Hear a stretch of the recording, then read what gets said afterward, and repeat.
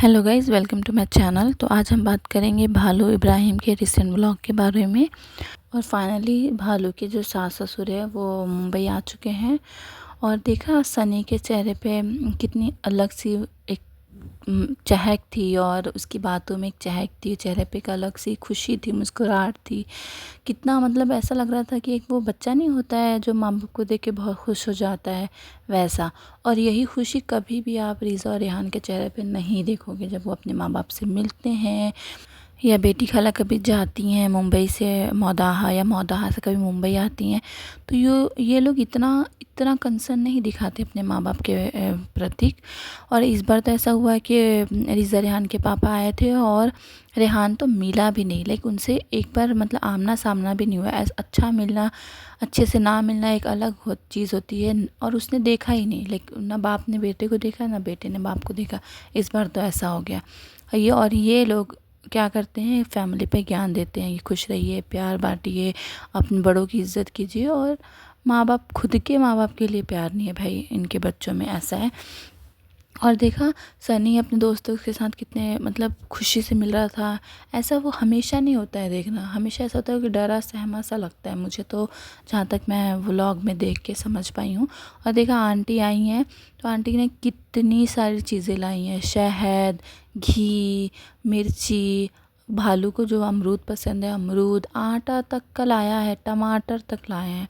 और ये लोग जाते हैं तो एक मिठाई तक नहीं ले जाते हैं यहाँ से। कितने अजीब गरीब लोग हैं, ये मुझे समझ में नहीं आता है।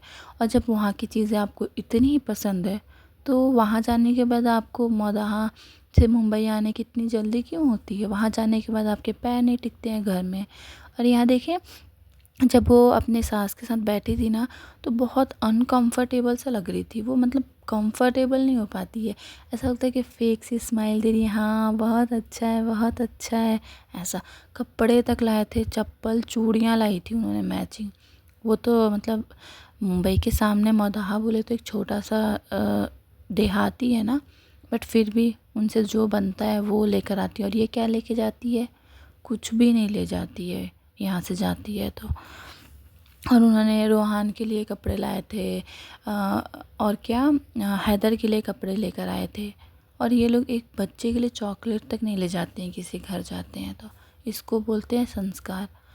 और आंटी फाइनली जब कह रही थी कि हाँ यहाँ आ गए, ठंडी से पतले हो गए हैं, बीमार हो गए हैं, बताओ, ठंडी से वो पतले हो गए, बीमार हो गए, वो सब सुन रही थी। बट वहाँ पे उसने एक बार भी नहीं बोला कि हाँ रुक जाइएगा। और मुझे पता है वो 2-3 दिन बाद वापस जाने वाले भी हैं।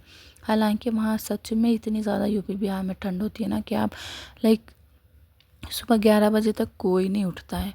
12 के बाद ही सूरज निकलता है, वो भी कभी निकला कभी ना निकला, इतनी ज़्यादा ठंड होती है।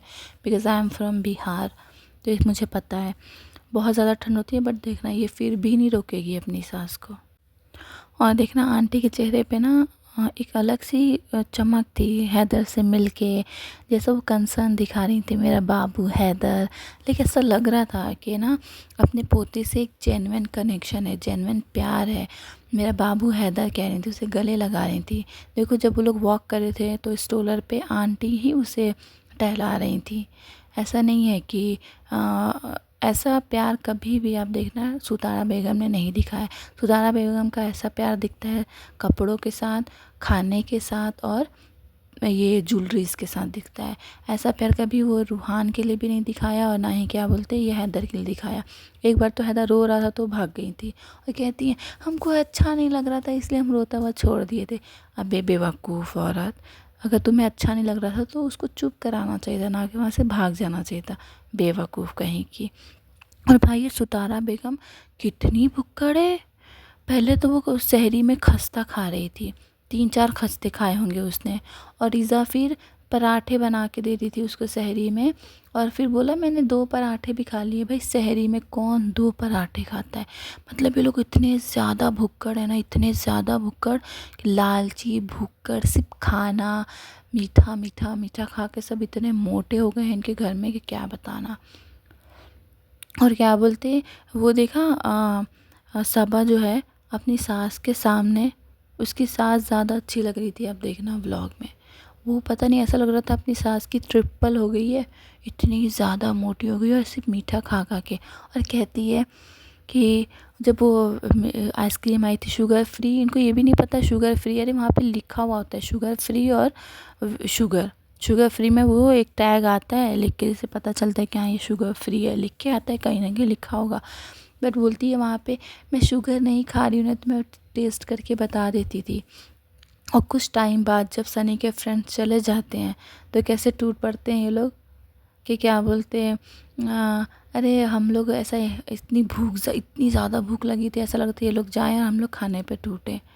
अरे भाई अभी तो तू कह रही थी कि तू मीठा नहीं खाती है, जब महर जो थी वो आइसक्रीम के लिए वो लेबल पढ़ रही थी, शुगर फ्री मंगवाया गया था वो अंकल के लिए, सनी के पापा के लिए। तो और बाद में बोलती है कि और बाद में तूने तो खाया शुगर, क्योंकि सनी के फ्रेंड्स को जितनी भी मिठाइयाँ दी गई थी वो ज़्यादातर स्वीट्स थी और बिस्किट थी, all is bakery items and sugary things.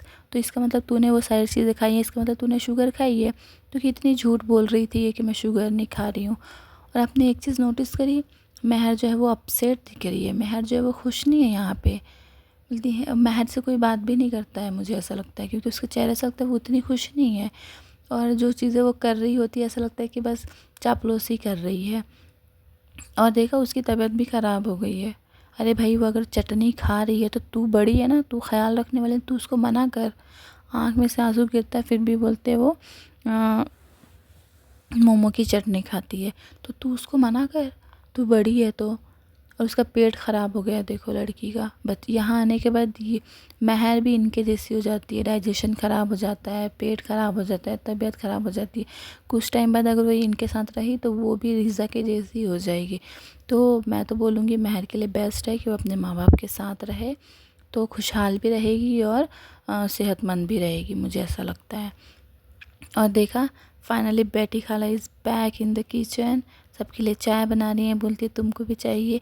अरे यार बेटी खाला को समझ में नहीं आता है, वो नौकरानी बन चुकी हैं सीरियसली, और वो तो बनी है चलो, अपनी बेटी तक को बना दिया। और रीज़ा 12th की एग्ज़ाम है फ़ैब में, मैडम पराठे बना के दे रही हैं सुटारा बेगम को, और सुटारा बेगम खा भी रही हैं।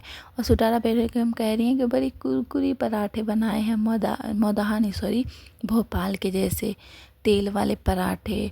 वैसे तेल वाले, इनको तेल वाले पराठे अच्छे लगते हैं, बताओ, घी के सामने तेल के पराठे कौन खाता है भाई इनको। और वो रीज़ा बना के भी दे रही है, और ये सुटारा बेगम 2-2 पराठे खा जा रही हैं। उसकी एग्ज़ाम है, उसने रात को जग के पढ़ना चाहिए, तो रात को जग के पराठे बना रही है, बताओ।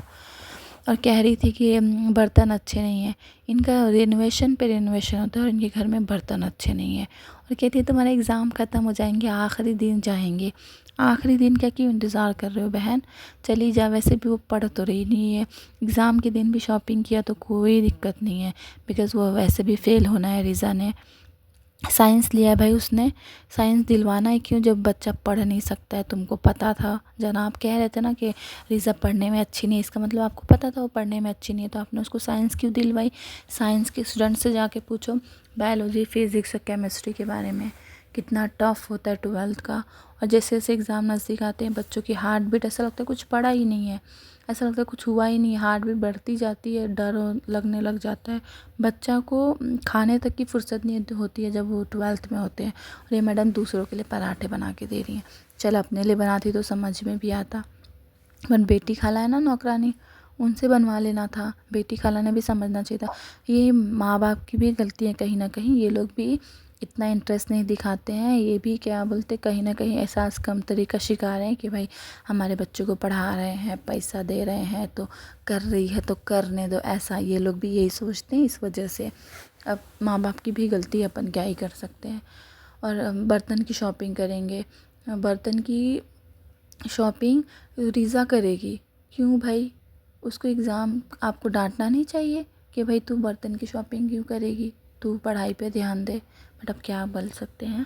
भालू का इस्लाम तब कहाँ गया जब कृष्णा जो है किचन में इंटर करता है, वहाँ पे रीज़ा भी है, महर भी है, सभी हैं। महर तो दुपट्टा भी नहीं लेती है रीज़ा को, चलो तुमने रीज़ा को तो आंटी बना दिया, उसका ड्रेसिंग सेंस ही ख़राब कर दिया, वो अजीब से कपड़े पहनती है, अतरंगी से बाजियों वाले कपड़े पहनती है, दुपट्टा भी गले में डाल लेती है, फिगर भले कैसा भी हो उसका, बट वहाँ इस्लाम कहाँ गया जब गैर मर्द घर में घुस रहा है, जवान घर में लड़कियाँ उनके सामने रह रहे, तब इस्लाम नहीं याद आया आपको?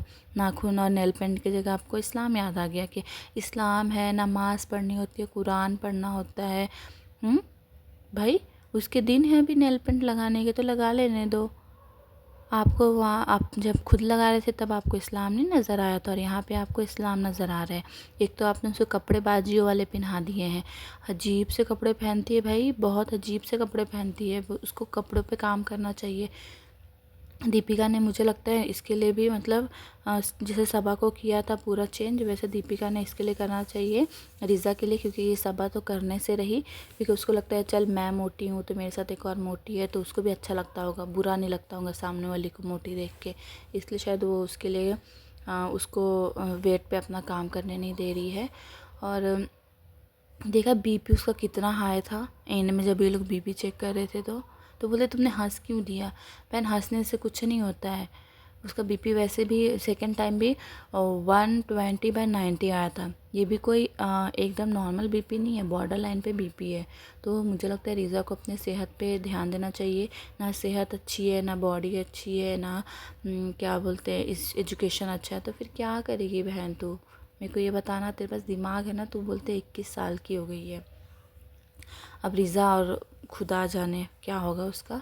और देखा आपने रूहान की नानी, उसके साथ वो होता है प्यार, जो कि सुटारा बेगम ने कभी नहीं दिखाया, और वो अपनी नानी से उतना अटैच भी है रूहान। और वो इनके फैमिली में ना वो सिर्फ मुझे लगता है हैदर से अटैच्ड है, हैदर हैदर करता है, और हैदर की वजह से इनको घर जाने को भी मिल गया दीपिका के। तो वहाँ जाके दीपिका तो, हाँ एक बात, सबा की सास को भी एक्टिंग करने आ गई है, चुम्मा चाटी वो भी करना शुरू कर दी है ना। और देखा रूहान ने अच्छा पोपट करा इन लोग को, उसको बड़ा पता है कहाँ किसकी क्या करनी चाहिए। हम लोग रुक जाएं, सीधा उसने नहीं बोल दिया, मज़ा ही आ गया मेरे को तो। चलिए आज के लिए इतना ही, मिलते हैं नेक्स्ट व्लॉग में, तब तक के लिए बाय बाय, टेक केयर।